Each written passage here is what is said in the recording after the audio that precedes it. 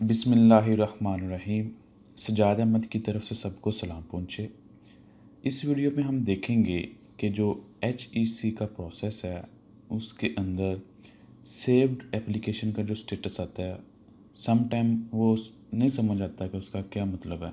Saved application का मतलब है कि आपने कोई अपनी एप्लीकेशन स्टार्ट की और उसको दरमियान में ही छोड़ दिया। जैसा कि आप कोई SMS करते हैं लेकिन वो सेंड नहीं करते, वो ड्राफ्ट में चला जाता है। कोई ईमेल करते हैं, टाइप करते हैं लेकिन नहीं सेंड करते, वो ड्राफ्ट में चली जाती है। SMS और ईमेल हम एक न्यू भी क्रिएट करके सेंड कर सकते हैं, लेकिन HEC का जो प्रोसेस है उसके अंदर जो आपने अपनी एप्लीकेशन स्टार्ट की है वो जो सेव्ड हो गई है वो ही चलेगी आगे। यानी कि अगर आपने कोई एप्लीकेशन स्टार्ट की है तो वो सेव्ड स्टेटस में ही रहेगी। आप एक न्यू एप्लीकेशन स्टार्ट नहीं कर सकते, बल्कि उस सेव की हुई एप्लीकेशन को ही दोबारा स्टार्ट करके उसको कंप्लीट करेंगे। तो इस प्रेजेंटेशन में मैं थोड़े से आपको स्टेप्स बताता हूँ, जो कि अगर आप उन स्टेप्स को फॉलो करेंगे होपफुली आपको कोई मसला नहीं आएगा।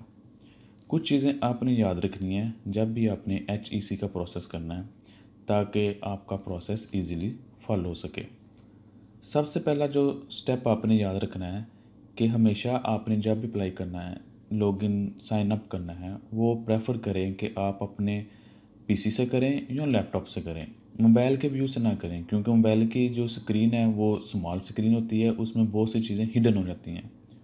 कुछ बटन आपको वाज़ह नज़र नहीं आ रहे होते, लेकिन जब आप लैपटॉप या PC का व्यू देखते हैं तो आपको हर चीज़ क्लियरली नज़र आ रही होती है।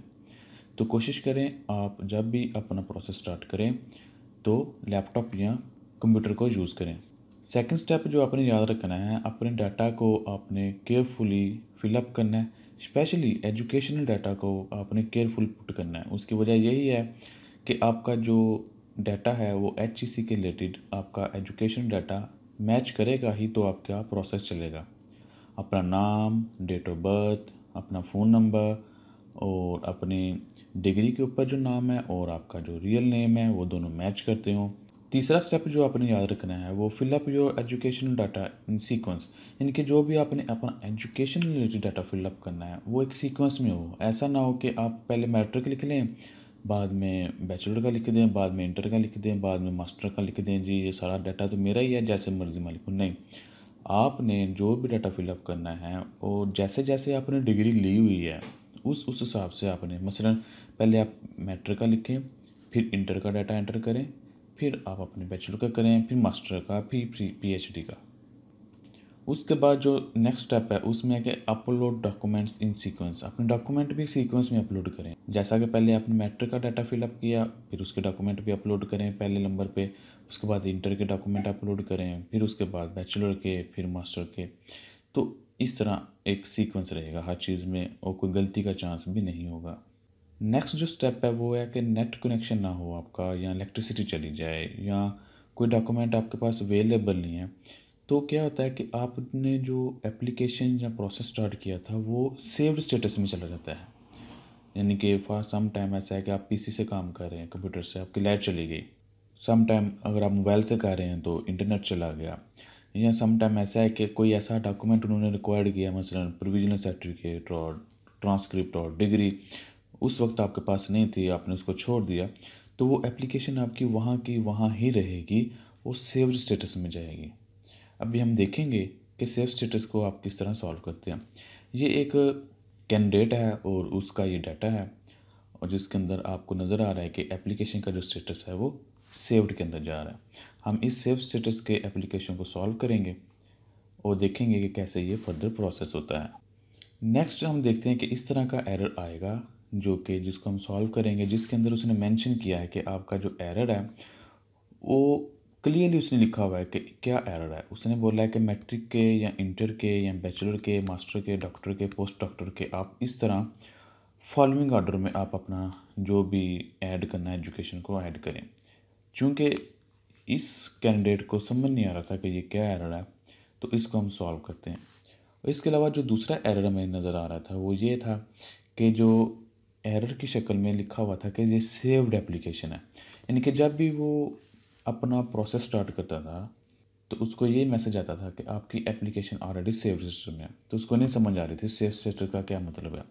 तो सेव्ड स्टेटस का मतलब ये होता है कि आपने कोई एप्लीकेशन पहले स्टार्ट की, किसी भी वजह से आपने वो एप्लीकेशन का प्रोसेस रोक दिया, तो वो ऑटोमेटिकली आपका सेव स्टेटस में चली गई।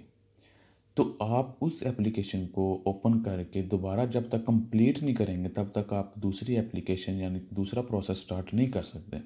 एक टाइम पे आप एक ही प्रोसेस या एप्लीकेशन को रन कर सकते हैं।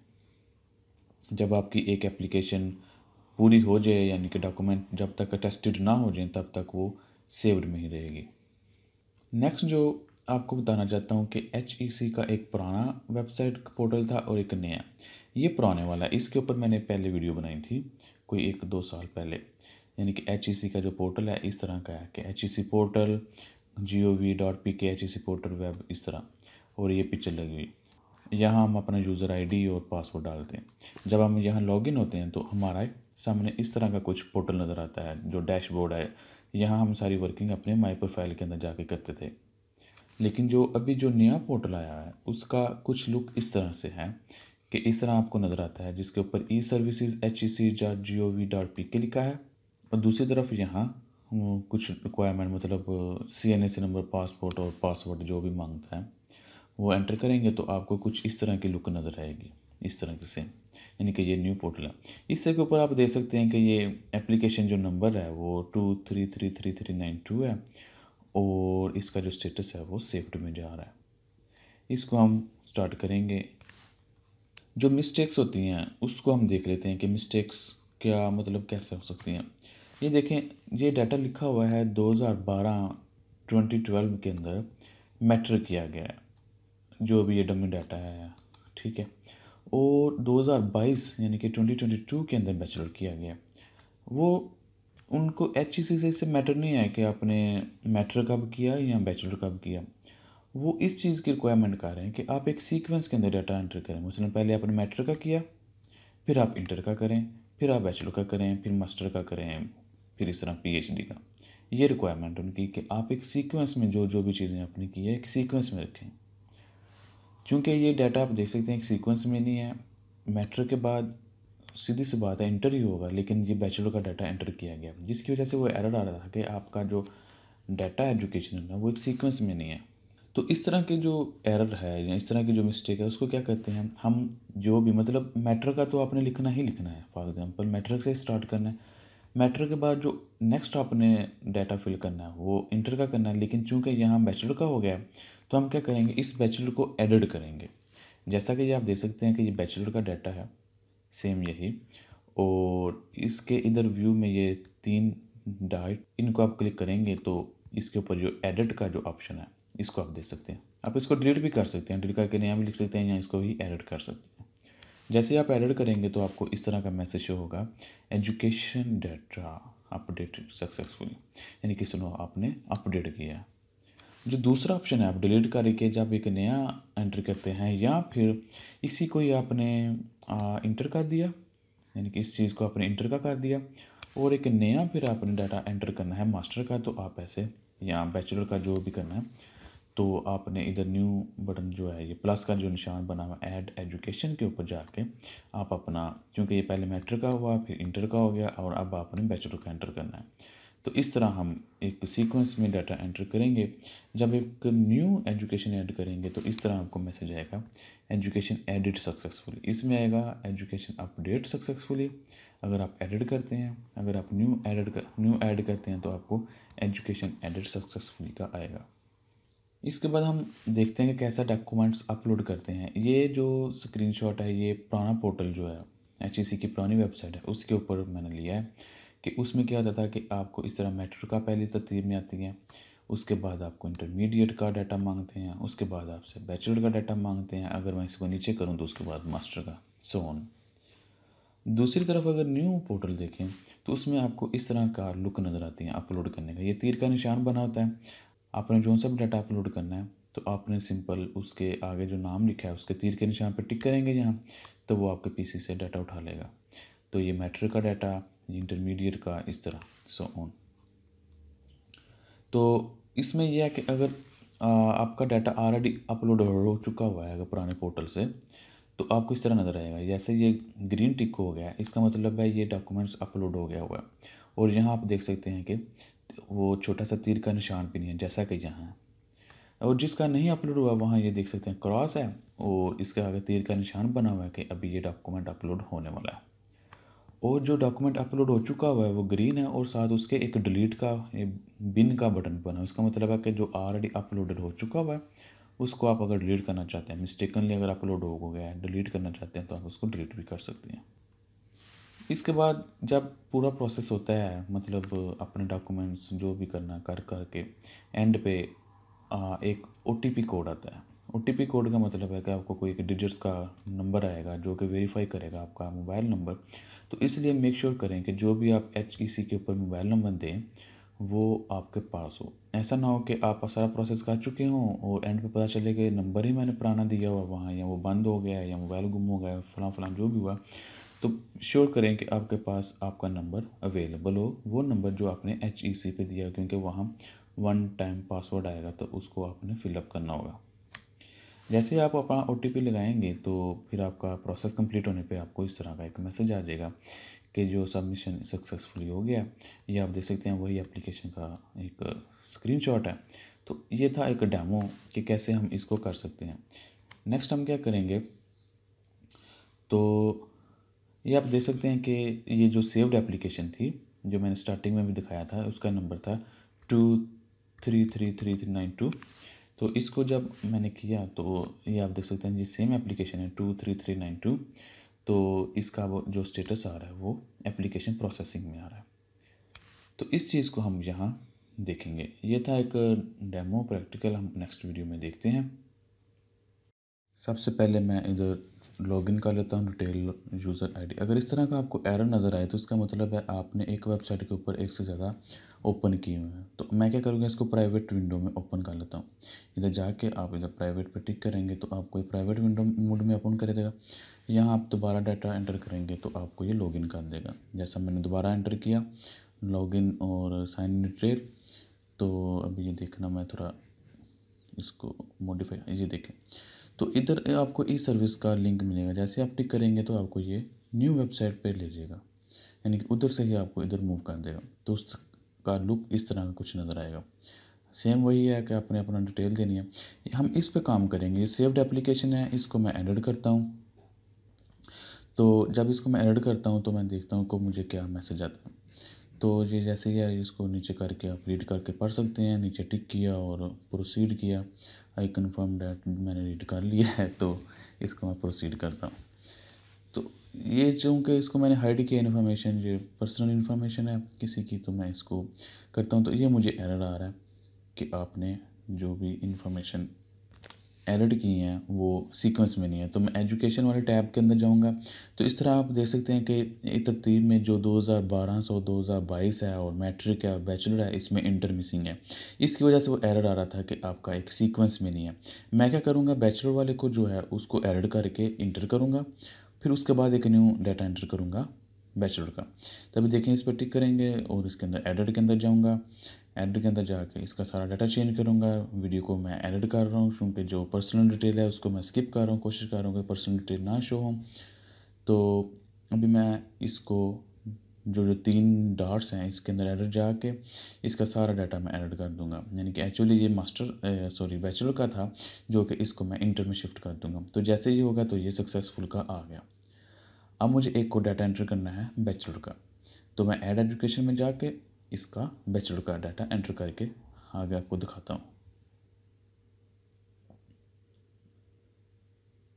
16 ईयर, तो आप ये देख सकते हैं पहले अब मैट्रिक का 2012, फिर इंटर 2014, और अभी आप देखिएगा कि अभी आपको बैचलर, ये मैं बैचलर का एंटर कर रहा हूँ।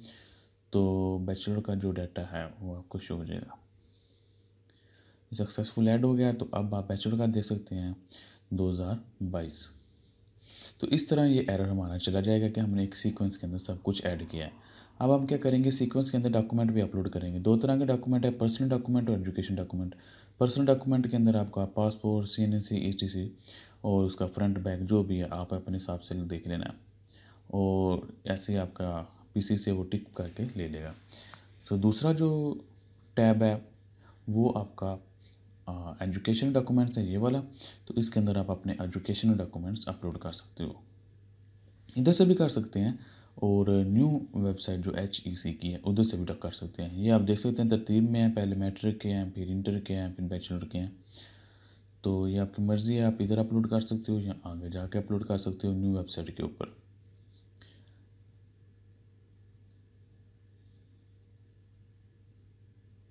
तो ये डाटा अपलोड हो गया सक्सेसफुली।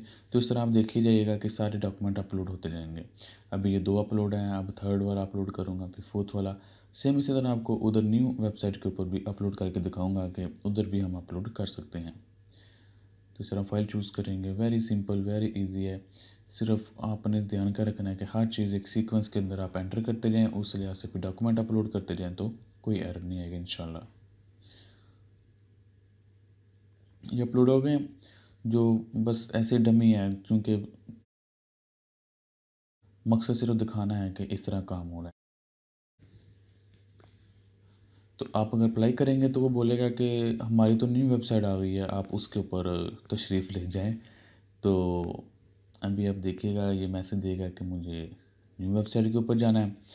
तो मैंने ओके किया तो वो सर्विस ही फिनिश कर देता है यहाँ से, मतलब आपका यहाँ से प्रोसेस कंप्लीट हो गया है। जिसके लिए मैं इसको, आप रिफ़्रेश करें या दोबारा से लॉगिन करेंगे तो आपको वही ई सर्विस वाला जो लिंक है उसके ऊपर आपको ले जाएगा। जैसा कि ये आप ये देख सकते हैं, ई सर्विस वाला लिंक है, वो कह रहा है अप्लाई करना है डिजिटाइजेशन के लिए, तो इस लिंक पे टिक करो। तो जैसे ही मैं इस लिंक के ऊपर टिक करूँगा तो मुझे न्यू वेबसाइट के ऊपर ले जाएगा। अभी आ गया, यहाँ मैं डिटेल एंटर करूँगा, ये लॉगिन हो गया। इसको आप स्किप कर दें, जो भी करना है कर दे, फिनिश करें। आप ये देख सकते हैं ये सेव्ड एप्लीकेशन है, हम इसके ऊपर करेंगे एडिट। पहले मैंने किया था लेकिन वो एरर आ गया कि आपका सीक्वेंस में डाटा नहीं है। जैसे इसको मैं एडिट करता हूँ तो आप देखिएगा कि ऊपर 5 टैब्स बने होते हैं। अभी हम फर्स्ट टैब के ऊपर हैं, तो इसको मैं टिक करता हूँ फर्स्ट टैब के ऊपर, फिर सेकंड टैब, फिर थर्ड टैब। ये फर्स्ट टैब है, इसके बाद सेकंड टैब आएगा, थर्ड टैब आएगा। आपने नेक्स्ट नीचे करके नेक्स्ट ले जाना है अगर आपका डाटा सारा ठीक है। अब ये सेकंड टैब के ऊपर आ जाएगा ये वाला, और इसका आपने नीचे करके सारा देख लेना है, डिग्री की जो भी डिटेल है। क्योंकि HEC जो है वो सिर्फ डिग्रीज़ को हैंडल करता है, वो इंटर और मैट्रिक के डॉक्यूमेंट्स को नहीं हैंडल करता। अगर आपने बैचलर और मास्टर की डिग्री अपलोड की गई हो तो फिर यहाँ मास्टर का भी शो हो जाएगा। इसलिए ये सिर्फ बैचलर की डिग्री शो कर रहा है। परेशान नहीं होना कि मैंने इंटर का या मैट्रिक का भी अपलोड किया था तो वो किधर गया। इसको नेक्स्ट कहते हैं। तो अभी आप देखिएगा कि उसको मैंने टिक दिया था कि जिसको मैंने टेस्ट करवाना है। इसको मैं फर्दर ले जाता हूँ नेक्स्ट स्टेप के ऊपर। बस आपने एक सीक्वेंस के अंदर हर चीज़ अपलोड करनी है, डाटा फिलअप करना है। ये कह रहा है जी आपने जो भी क्वालिफ़िकेशन है फलां फलां फलां देख सकते हो, आप अपना सेव स्टेटस देख सकते हो। कह रहा है कि यहाँ क्लिक करो, आप देख सकते हो। तो मैं इसको देख लूँ कि नहीं, खैर इसको मैं अगर देख भी लूँ तो क्या शो करेगा मुझे, नेट का इशू आ रहा है, जल्दी जल्दी हो जा भाई।